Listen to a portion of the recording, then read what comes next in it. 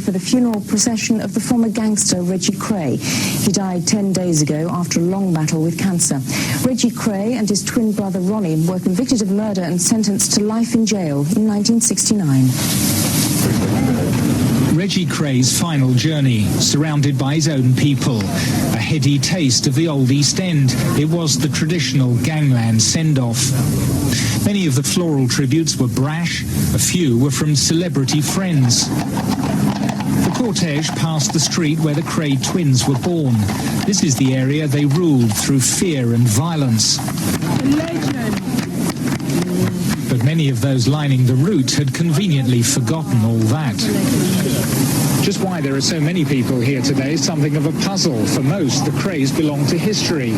But our dubious fascination with gangsters and their so-called glamour clearly has a strong appeal for some people. It's because he represented not just the villain, but a kind of also the pair of them were so unique, being twins. There was something rather mythic, rather strange about them, and it also brought people back to an older time.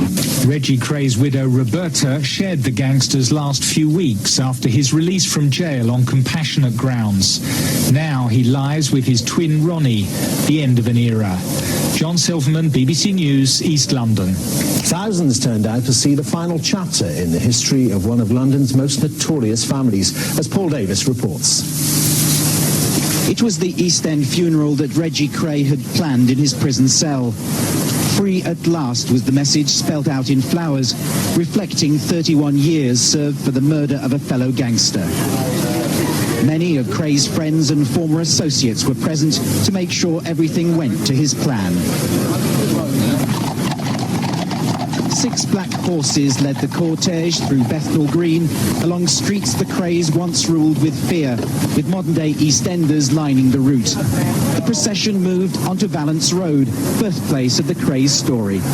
It was here that the Kray twins, Ronnie and Reggie, their older brother Charlie, were brought up by a doting East End mother.